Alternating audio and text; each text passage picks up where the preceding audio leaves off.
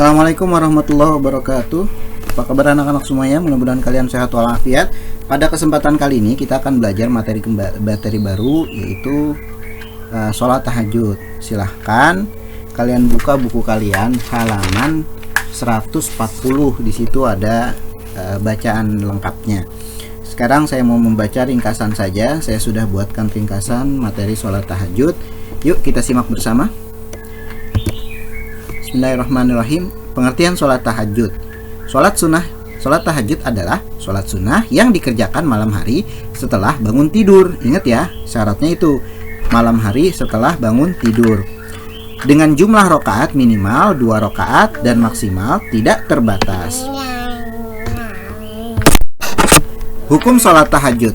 Wa minal laili fatahajjat bihi nafilatan laka asa ayyathaka rabbuka maqaman mahmuda. Allah Subhanahu wa Ta'ala berfirman, dan pada sebagian malam lakukanlah sholat tahajud sebagai suatu ibadah tambahan bagimu. Mudah-mudahan Tuhanmu mengangkatmu ke tempat yang terpuji. Di hadis di dalam itu tadi surat Al-Isra ya.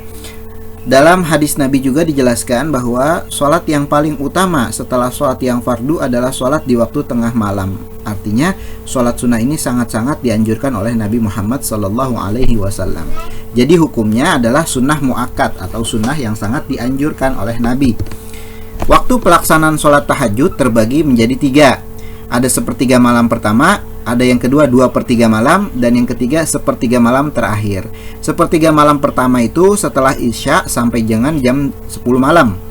Ya, setelah Isya sampai dengan jam 10 malam. Misalnya kalian ketiduran habis maghrib atau habis Isya, terus bangun jam 9, itu sudah bisa sholat tahajud, boleh.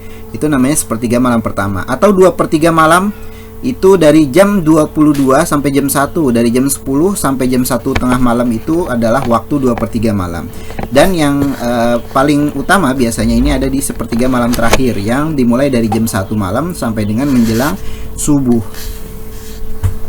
Oke, lanjut. Tata cara sholat tahajud itu sama dengan sholat sunnah lainnya ya, yang berbeda hanya niatnya saja.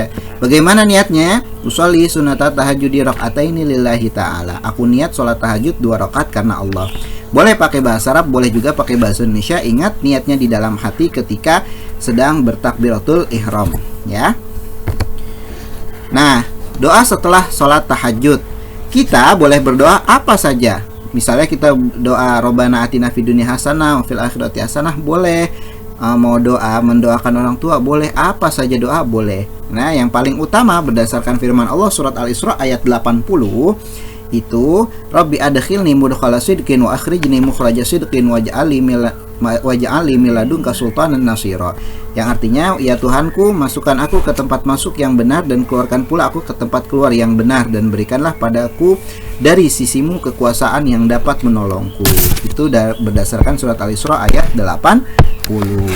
Nah, setelah kita belajar pengertian dan tata caranya, memang apa sih keistimewaan sholat tahajud? Nih, yang pertama, 1.